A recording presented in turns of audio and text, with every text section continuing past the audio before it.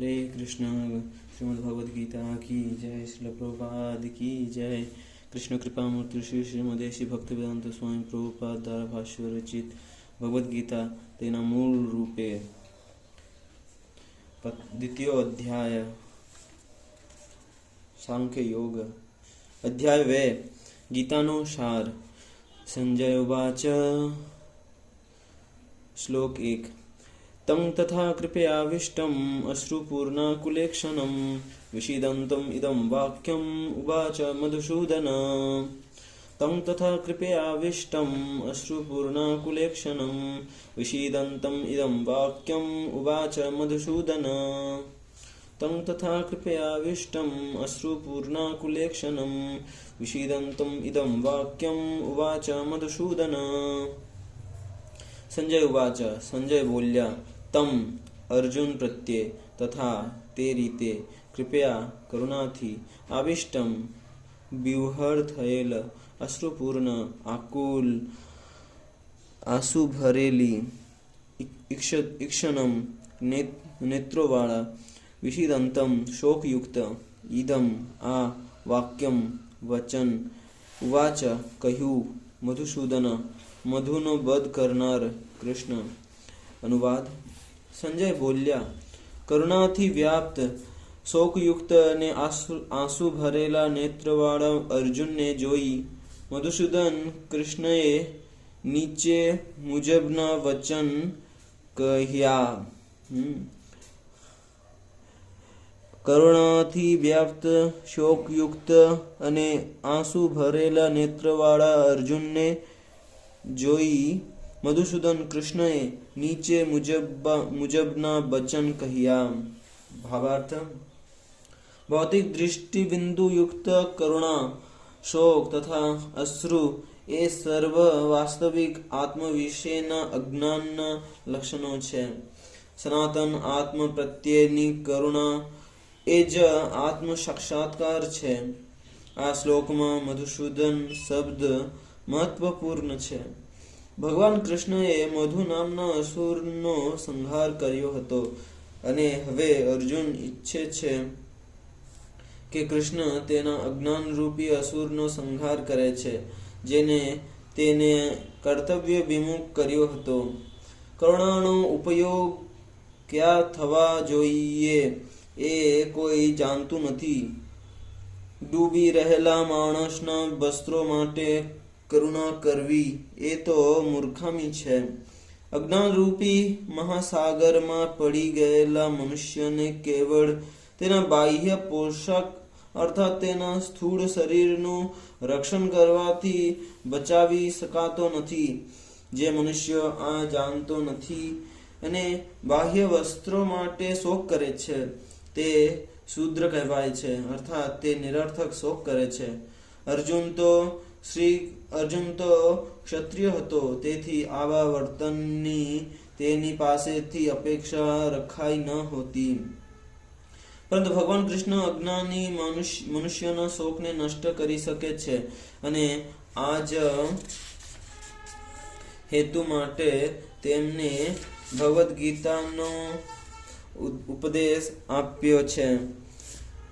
આ અધ્યાય ભૌતિક શરીર તથા આત્માના પૃથક કારણાત્મક અધ્યયન દ્વારા આત્મ સાક્ષાત્કારનો ઉપદેશ આપે છે જેનું સ્પષ્ટીકરણ પરમ અધિકારી ભગવાન શ્રી કૃષ્ણએ કર્યું છે।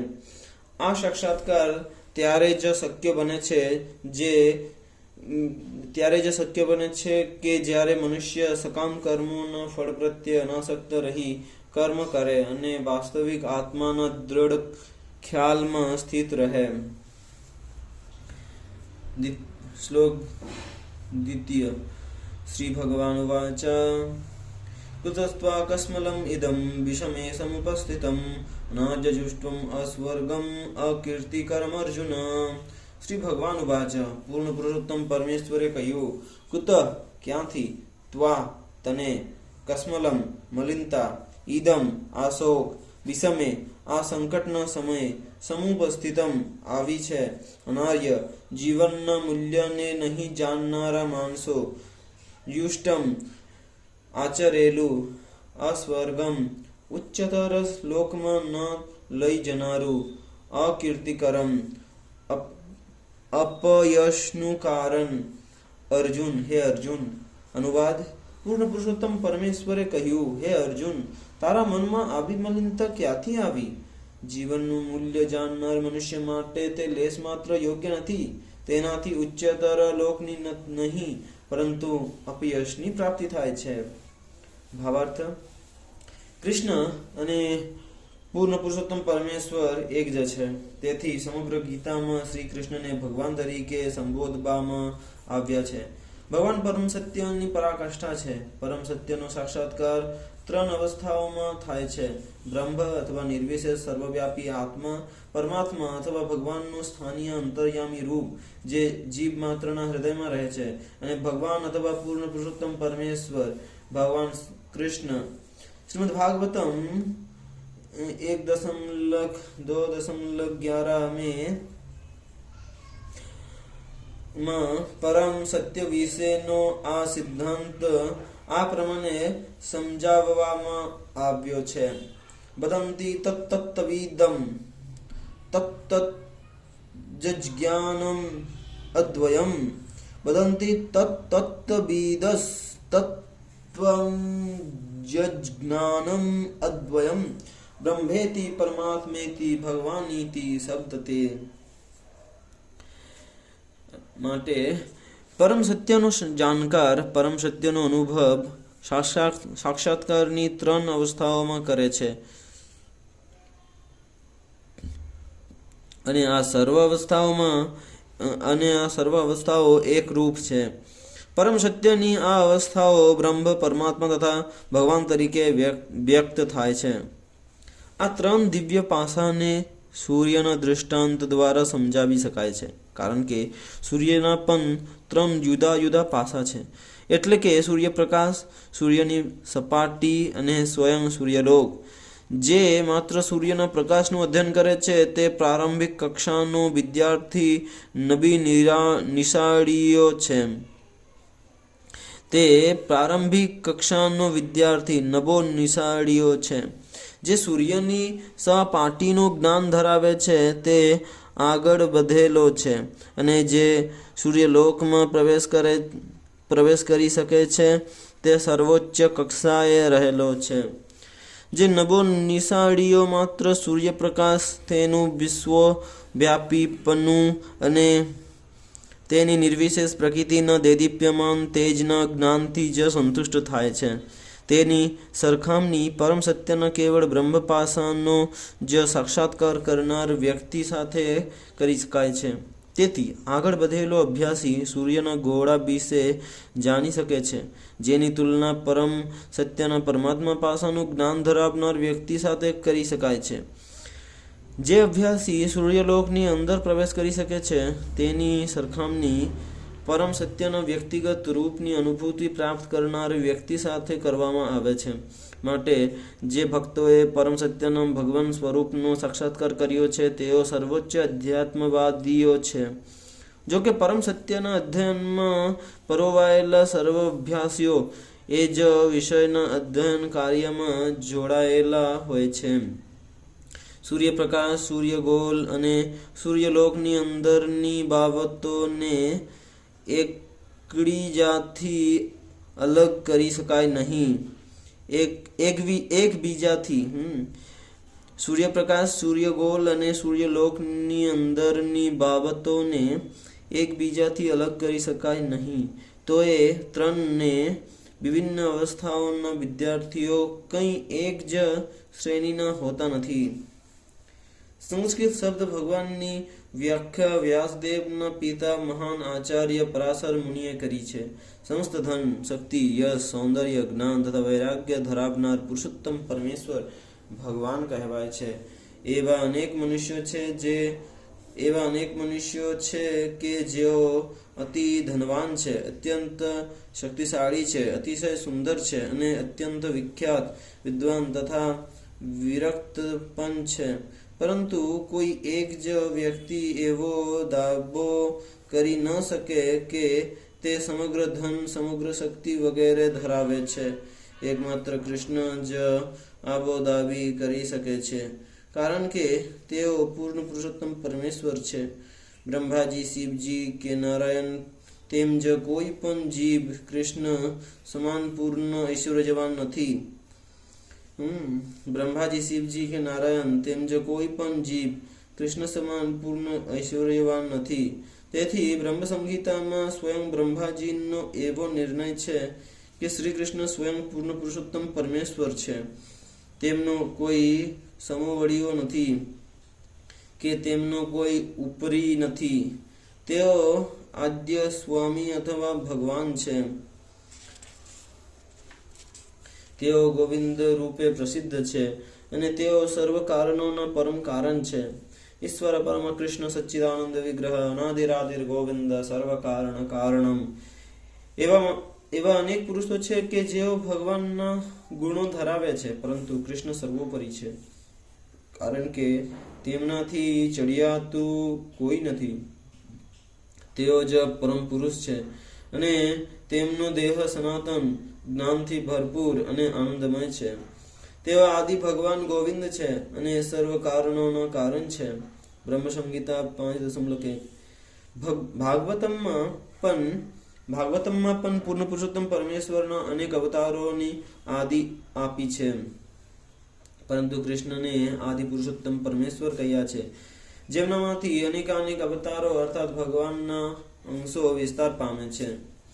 એતે ચાંસ કલાપુંસ કૃષ્ણસ્તુ ભગવાન સ્વયં ઇન્દ્રારી વ્યાકુલમ લોકં મળયંતી યુગે યુગે.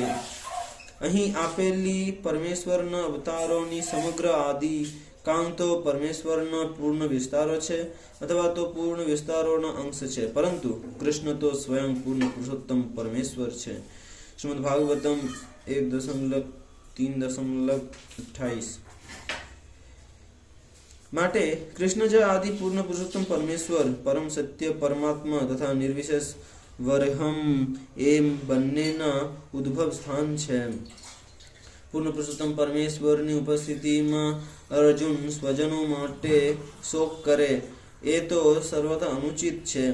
તેથી કૃષ્ણએ કુત અર્થાત ક્યાંથી શબ્દ દ્વારા આશ્ચર્ય વ્યક્ત કર્યું છે. આર્ય જેવી સુસંસ્કૃત જાતિના કોઈ મનુષ્ય પાસેથી આવી મલિનતાની અપેક્ષા કદાપી રાખી શકાય નહીં. આર્ય શબ્દ એવા મનુષ્ય માટે સુયોગ્ય છે કે જે જીવનનું મૂલ્ય જાણે છે અને જેની સંસ્કૃતિ આધ્યાત્મિક સાક્ષાત્કારના પાયા પર રચાયેલી હોય છે. ભૌતિક દેહાત્મ ભાવથી દોરવાયેલા મનુષ્યો જાણતા નથી કે જીવનનો ઉદ્દેશ પરમ સત્ય વિષ્ણુ અથવા ભગવાનનો સાક્ષાત્કાર પામવાનો છે. તેઓ ભૌતિક જગતના બાહ્ય લક્ષણોથી મોહિત થઈ જાય છે. તેથી તેઓ સમજી શકતા નથી કે મુક્તિ શું છે. જે મનુષ્યોને ભૌતિક બંધનમાંથી મુક્તિ પામવાનું કોઈ જ્ઞાન હોતું નથી, તેઓ અનાર્ય કહેવાય છે. અર્જુન તો ક્ષત્રિય હતો, છતાં તે યુદ્ધ કરવાની ના પાડીને પોતાના નિયત કર્તવ્યમાંથી ચલિત થઈ રહ્યો હતો. તેની આ કાયરતા અનાર્યોને યોગ્ય કહેવામાં આવી છે. કર્તવ્યમાંથી આ રીતે વિચલિત થવું મનુષ્યને આધ્યાત્મિક જીવનમાં પ્રગતિ કરવામાં સહાયક થતું નથી અને આ જગતમાં ગૌરવશાળી બનવાનો અવસર પણ તેને મળતો નથી. ભગવાન કૃષ્ણએ અર્જુનની સ્વજનો પ્રત્યેની કહેવાતી કરુણાની અનુમોદન આપ્યું ન હતું. જય શ્રીમદ ભગવદ ગીતા કી જય. ગીતા મહત્તમ. ગીતાશાસ્ત્રમિદં પુણ્યં ય પઠેત પ્રયતઃ પુમાન વિષ્ણુપદં વાપ્નોતિ ભયશોકાદિવર્જિતઃ. જો મનુષ્ય ભગવદ્ ગીતાના ઉપદેશોને યોગ્ય રીતે અનુસરે તો તે જીવનના સર્વ દુઃખો તથા ચિંતાઓથી રહિત થઈ જાય છે. તે આ જીવનમાં સર્વ ભયમાંથી મુક્ત થશે અને તેના બીજા જન્મમાં તેનું જીવન આધ્યાત્મિક થશે. ગીતા અધ્યયન શીલસ્ય પ્રાણાયામ પરસ્ય ચ નૈવ સંતિ પાપાની પૂર્વજન્મ કૃતાની ચ. જો કોઈ મનુષ્ય ભગવદ્ ગીતાનું નિષ્ઠા તથા ગંભીરતાપૂર્વક અધ્યયન કરે છે તો ભગવત કૃપાથી તેના પૂર્વે કરેલા દુષ્કર્મોના ફળો તેને ભોગવવા પડશે નહીં. मलिनेमचनं पुंसां जलस्नानं दिने दिने सकृद्गीतामृत સ્નાનં સંસારમલનાશનમ. જળમાં સ્નાન કરીને મનુષ્ય હંમેશા પોતાને સ્વચ્છ કરી શકે છે, પણ ભગવદ્ ગીતા રૂપી પવિત્ર ગંગાજળમાં જો કોઈ એક વાર પણ સ્નાન કરી લે તો તે ભવસાગરની મલિનતાથી હર હંમેશ માટે મુક્ત થઈ જાય છે. ગીતા સુગીતા કર્તવ્યા કિમ અન્ય શાસ્ત્ર વિસ્તરે જા સ્વયં પદ્મનાભસ્ય મુખ પદ્માદ વિનિશ્રિતા. ભગવદ્ ગીતા ભગવાનના મુખકમળમાંથી ઉદ્ભવી હોવાથી મનુષ્ય માટે અન્ય વૈદિક સાહિત્ય વાંચવાની જરૂર રહેતી નથી. તેને કેવળ ભગવદ્ ગીતાનું જ ધ્યાનપૂર્વક નિયમિત શ્રવણ તથા વાંચન કરવું જોઈએ. આ યુગમાં લોકો સંસારી કાર્યોમાં એટલા બધા વ્યસ્ત હોય છે કે તેઓ સમસ્ત વૈદિક સાહિત્યનું અધ્યયન કરી શકે નહીં, પરંતુ આ જરૂરી પણ નથી. આ એક ગ્રંથ ભગવદ્ ગીતા પર્યાપ્ત છે, કારણ કે તે સમસ્ત વૈદિક ગ્રંથોનો નિચોડ છે, અને ખાસ તો એટલા માટે કે તે પૂર્ણ પુરુષોત્તમ પરમેશ્વરે પોતે કહી છે, વાતમ્યત સર્વસ્વં વિષ્ણુર્વક્તાભિનિશ્રિતમ ગીતા ગંગોદકં પીત્વા પુનર્જન્મ વિદ્યતે. જે ગંગાજળનું પાન કરે છે તેને મોક્ષ મળે છે, તો પછી જે મનુષ્ય ભગવદ્ ગીતાના અમૃતનું પાન કરે છે તેને માટે તો કહેવું જ શું. ભગવદ્ ગીતા મહાભારતનું અમૃત છે અને સ્વયં ભગવાન કૃષ્ણએ આદ્ય વિષ્ણુએ કહી છે. ભગવદ્ ગીતા પૂર્ણ પુરુષોત્તમ પરમેશ્વરના મુખમાંથી નીકળી છે અને ગંગા ભગવાનના ચરણકમળમાંથી નીકળી છે. જો કે ભગવાનના મુખ અને ચરણકમળોમાં કોઈ ભેદ નથી, પરંતુ તટસ્થ ભાવે અધ્યયન કરવાથી આપણે સમજી શકીશું કે ભગવદ્ ગીતા ગંગાજળથી પણ વધુ મહત્વપૂર્ણ છે. સર્વોપનિષદો ગાવો દુગ્ધા ગોપાલનંદન પાર્થવસ્તુ સુધીર ભોક્તા દુગ્ધં ગીતામૃતં મહત. સમસ્ત ઉપનિષદોના સારરૂપ આ ગીતોપનિષદ ભગવદ્ ગીતા ગાય સમાન છે, અને ગોપ બાળક તરીકે સુપ્રસિદ્ધ કૃષ્ણ આ ગાયને દોહી રહ્યા છે. અર્જુન વાત્સલ્ય જેવો છે, અને બધા વિદ્વાન તથા શુદ્ધ ભક્તો ભગવદ્ ગીતાના અમૃતમય દૂધનું પાન કરનારા છે. એકં સહસ્રં દેવકીપુત્ર ગીતમ એકો દેવો દેવકીપુત્ર એવ एको મંત્રસ્તસ્ય નમાની જાની કર્માપેકં તસ્ય દેવસ્ય સેવા. આ વર્તમાન યુગમાં લોકો એક શાસ્ત્ર, એક ઈશ્વર, એક ધર્મ તથા એક વ્યવસાય માટે અતિશય ઉત્સુક છે. તેથી એકં શાસ્ત્રમ દેવકીપુત્ર ગીતમ, કેવળ એક શાસ્ત્ર સમગ્ર વિશ્વ માટે માત્ર એક શાસ્ત્ર ભગવદ્ ગીતા રહેવા દો. એકો દેવો દેવકીપુત્ર એવ, સમગ્ર વિશ્વ માટે માત્ર એક ઈશ્વર શ્રી કૃષ્ણ હોય. એક મંત્રસ્તસ્ય નમાની જાની, અને માત્ર એક જ મંત્ર, એક જ પ્રાર્થના હોય. તેમના નામનું કીર્તન. હરે કૃષ્ણ કૃષ્ણ કૃષ્ણ હરે હરે, હરે રામ રામ રામ હરે હરે. અને કર્માપેકં તસ્ય દેવસ્ય સેવા, માત્ર એક જ કાર્ય હોય, ભગવાનની સેવા. હરે કૃષ્ણ. જય શ્રીલ પ્રભુપાદ કી જય. શ્રીમદ ભગવદ્ ગીતા કી જય. શ્રીમદ ભગવદ્ ગીતા પાઠ ક્ષમા પ્રાર્થના મંત્ર. ઓમ યદક્ષરં પરિભ્રષ્ટં માત્રહીनं ચ યદ્ ભવેत् પૂર્ણં ભવતુ તત્સર્વં તત્પ્રસાદાत् સુરેશ્વરः.